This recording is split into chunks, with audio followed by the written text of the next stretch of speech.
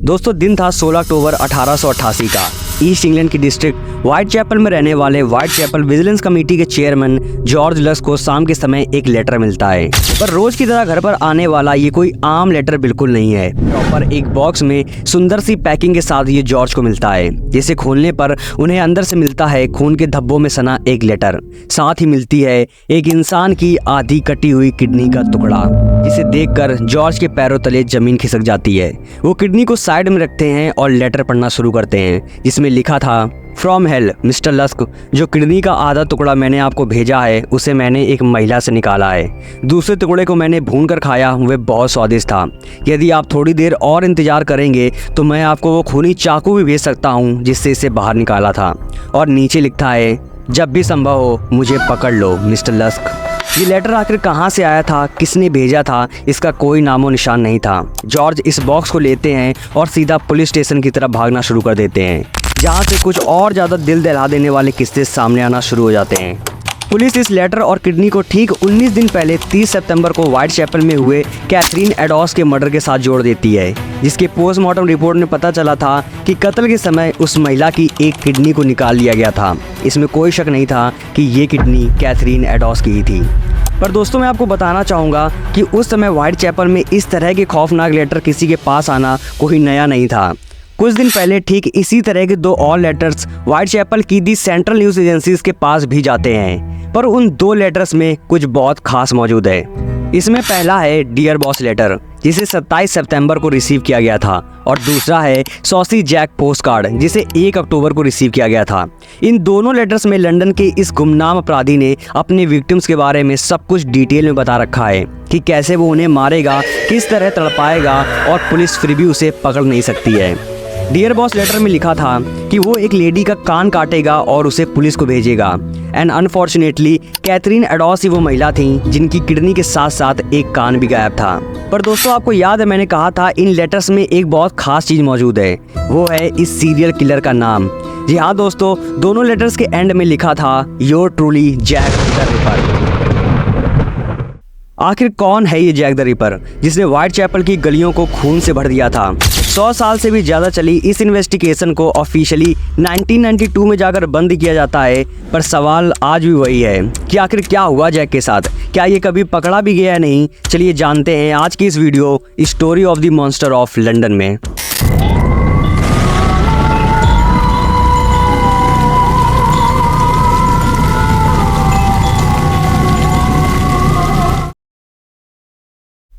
दोस्तों इस केस के बारे में 2 बहुत खास चीज़ें हैं। पहला, 1888 में जब जैक द रिपर का नाम लोगों के सामने आया था, वो समय व्हाइट चैपल के लोगों के लिए बहुत ही बुरा समय था, क्योंकि अप्रैल 1888 से लेकर फरवरी 1891 तक ईस्ट इंग्लैंड की इस डिस्ट्रिक्ट में लगातार 11 लोगों के मर्डर्स हुए थे, जिसके हर विक्टिम का नाम याद रख पाना पुलिस के लिए इतना मुश्किल हो गया था कि इसे व्हाइट चैपल मर्डर्स ऑफ 1818 का नाम दिया गया।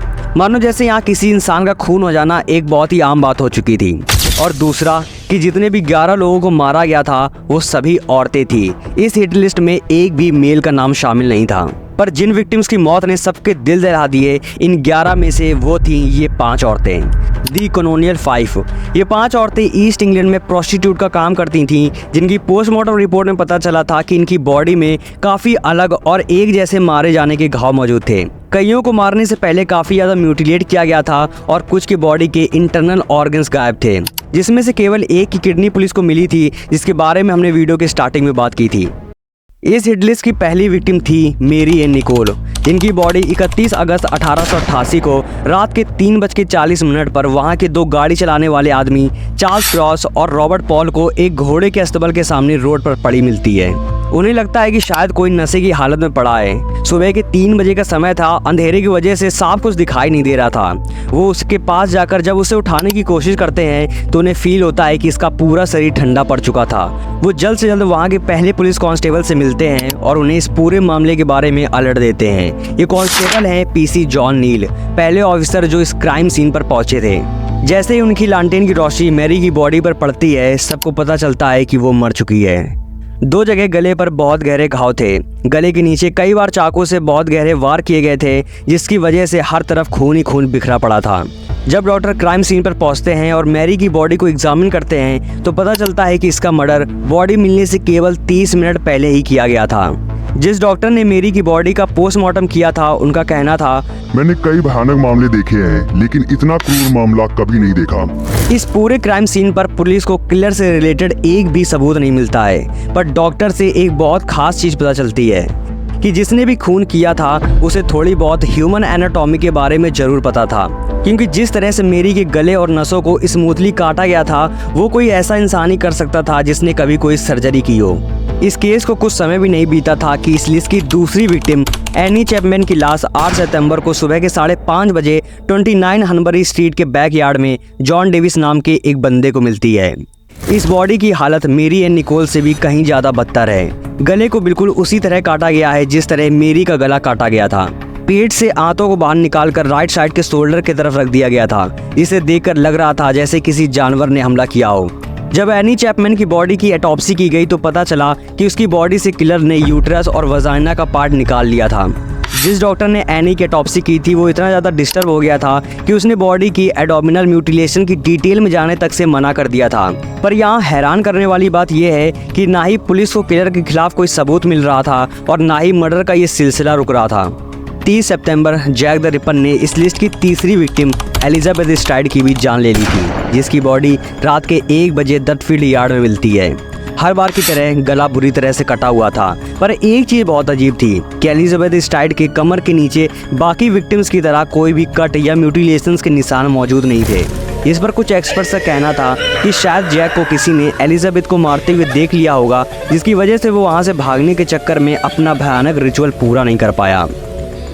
पर दोस्तों, ये रात अभी और भी ज़्यादा लंबी होने वाली थी।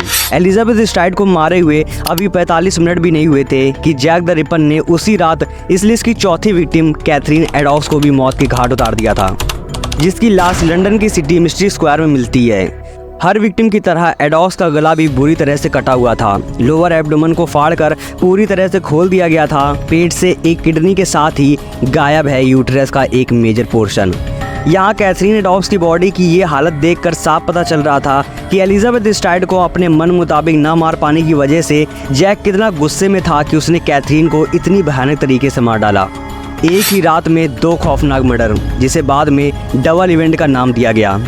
पर दोस्तों, यहाँ कैथरीन एडॉक्स के क्राइम सीन पर पहली बार था कि पुलिस को एक आई विटनेस मिलता है जिसने शायद जैक द रिपर को देखा था। ये गवाह बताता है कि उसने कैथरीन को एक आदमी के साथ देखा था जिसका हुलिया कुछ इस तरह से था। हाइट 5 फुट 7 इंच होगी, उम्र 30 साल होगी और चेहरे पर मुस्टैच थी, जिसे देखकर लग रहा था कि शायद वो एक सेलर है। पुलिस ने इन स्पेसिफिकेशंस को लिया और व्हाइट चैपल में इस इंसान की खोज शुरू कर दी, जिसके लिए पुलिस ने उन लेटर्स को न्यूज़पेपर में पब्लिश करा दिया जो जैक द रिपर ने पुलिस और मीडिया को भेजे थे, ये सोचकर कि लेटर्स में लिखी हैंड राइटिंग को कोई पहचान लेगा जिससे शायद जैक को पकड़ा जा सके। पर दोस्तों, इस बीच एक बहुत ही मज़ेदार चीज़ होती है। ईस्ट इंग्लैंड में जैक द रिपर बहुत ज़्यादा पॉपुलर हो चुका था। हर कोई इस अनआइडेंटिफाइड किलर की पहचान पाना चाहता था, जिसके चलते व्हाइट चैपल की कई मीडिया हाउसेस और पुलिस के पास 700 से भी ज़्यादा ऐसे लेटर्स आते हैं जो क्लेम कर रहे थे कि वो जैक द रिपर हैं। खैर, दिन आता है 9 नवंबर 1888 का, जब जैक द रिपर ने उसकी असली हैवानियत लोगों के सामने रख दी। इस लिस्ट की आखिरी और 5वीं विक्टिम मेरी जेन निकोल को जैक ने मार डाला था, जिसकी खतरनाक तरीके से म्यूटिलेट की गई बॉडी कई टुकड़ों में उसकी सिंगल रूम फ्लैट के बेड पर पड़ी मिलती है।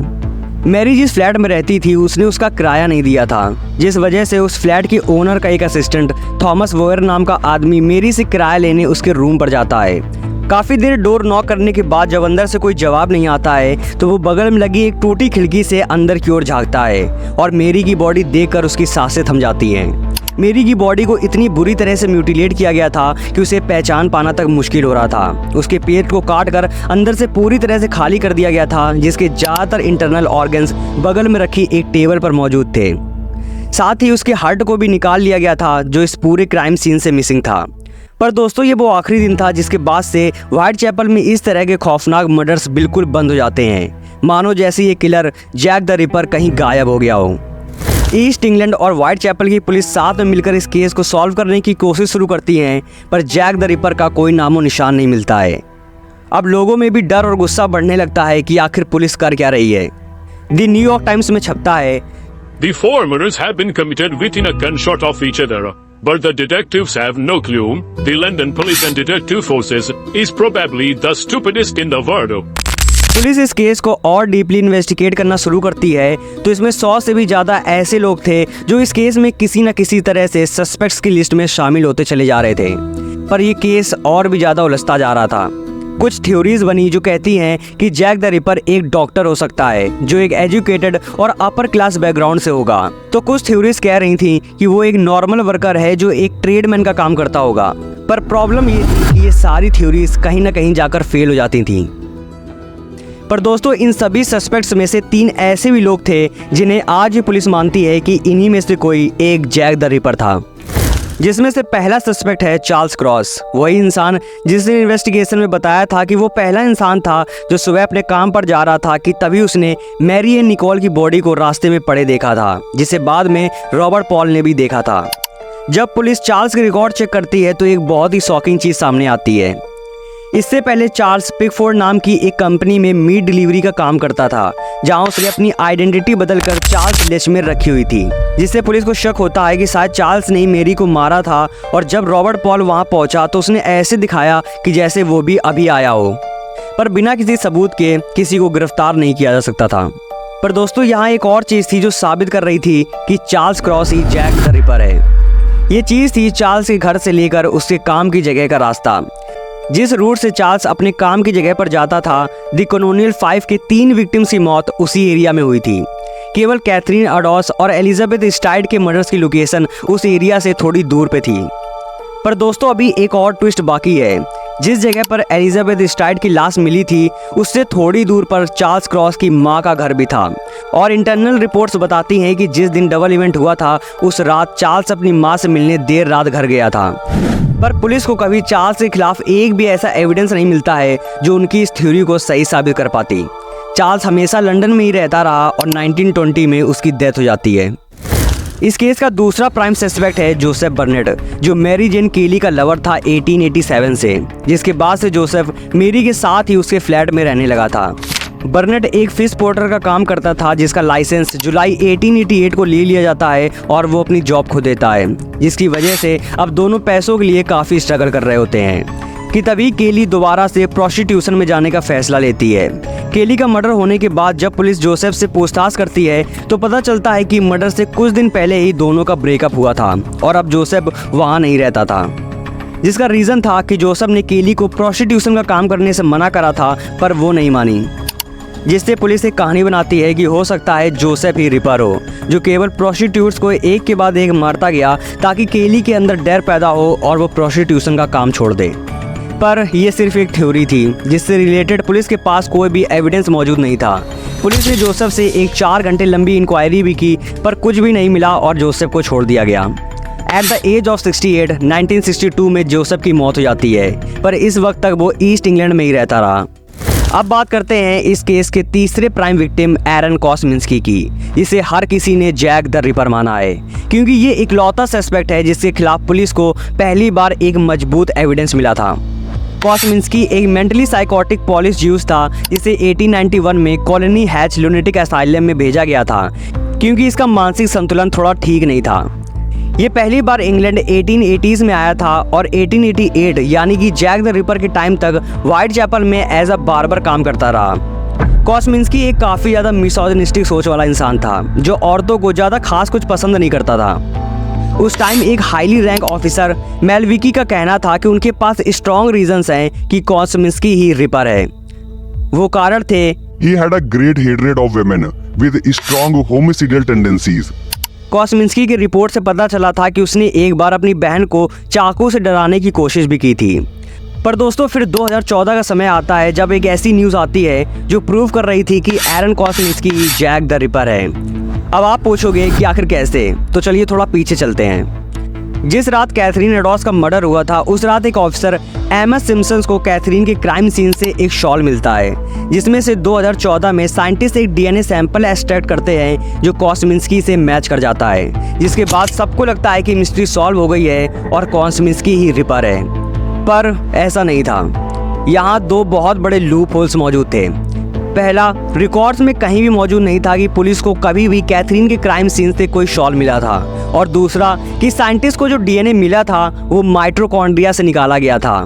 दुनिया में हजारों लोग सेम माइटोकॉन्ड्रियल डीएनए शेयर कर सकते हैं, ये किसी भी पर्टिकुलर इंसान में यूनिक नहीं होता है, जिस वजह से ये थ्योरी पूरी तरह से बेकार हो जाती है। एरन कॉस्मिंस्की आज ये पुलिस के लिए सबसे बड़ा सस्पेक्ट है, जिसकी 1919 में 53 साल की उम्र में मौत हो जाती है। पर दोस्तों, जैक द रिपर की ये मिस्ट्री आज भी अनसॉल्व्ड पड़ी है, जिसे कोई भी पकड़ नहीं पाया। दोस्तों, इस लिस्ट में मेरा भी एक पर्सनल फेवरेट सस्पेक्ट है, जो मुझे लगता है कि यही जैक द रिपर था। वो इंसान है जोसेफ बर्नेट, जो मेरी जेन केली का लवर था। व्हाइट चैपल में हुए सभी मर्डर्स में केली इकलौती ऐसी विक्टिम थी जिसका मर्डर कमरे के अंदर हुआ था। जब पुलिस क्राइम सीन पर पहुंचती है तो उन्हें दरवाजा तोड़ना पड़ता है, क्योंकि वो अंदर से लॉक था, जो एक बहुत बड़ा सवाल पुलिस के सामने रख रही थी कि आखिर किलर ने मेरी को मारने के बाद बाहर जाते हुए दरवाजा अंदर से कैसे बंद कर दिया। जिस पर बर्नेट का कहना था कि इस रूम की चाबी खो चुकी थी। वो दोनों इसे बगल में लगी टूटी खिड़की के अंदर हाथ डालकर अंदर से खोलते थे। साथ ही इस दरवाजे का लॉक ऐसा था कि बाहर से बंद करने पर जी अपने आप ही लॉक हो जाता था, जो ना केवल मुझे बल्कि पुलिस को भी बिल्कुल कन्विंसिंग नहीं लग रहा था। दोस्तों, अगर आप बर्नेट की स्टोरी को थोड़ा ध्यान से देखेंगे तो काफ़ी सारी चीज़ें आपस में कनेक्ट होती हुई दिखती हैं। जुलाई में ये अपनी जॉब खो देता है, जिसकी वजह से मेरी को प्रोस्टिट्यूशन में वापस जाना पड़ता है। ठीक 1 महीने बाद अगस्त से व्हाइट चैपल में मर्डर्स का ये सिलसिला शुरू हो जाता है, और कोइंसिडेंटली केली की मर्डर से कुछ दिन पहले ही इसका ब्रेकअप होता है और ये घर छोड़कर चला जाता है। और फिर ये चाबी खो जाने वाली कहानी, जो सच बताऊं तो मुझे बिल्कुल कन्विंसिंग नहीं लगती है, जिस वजह से मुझे लगता है कि जोसेफ बर्नेट ही जैक द रिपर था, जो केवल प्रोस्टिट्यूट्स को अपना निशाना बना रहा था ताकि केली के अंदर डर पैदा हो और वो प्रोस्टिट्यूशन का काम छोड़ दे। पर हर थ्योरी उसी जगह पर आकर अटक जाती है कि आखिर पुलिस को इसके खिलाफ कभी कोई एविडेंस क्यों नहीं मिला। आखिर आपको क्या लगता है कि कौन था ये जैक द रिपर जिसने व्हाइट चैपल में इतने सारे खौफनाक मर्डर्स किए? कमेंट सेक्शन में जरूर बताना। वीडियो अगर थोड़ी सी भी पसंद आई हो तो इसे लाइक करना, चैनल पर पहली बार हो तो सब्सक्राइब भी कर लेना। Till then, see you soon in the next video.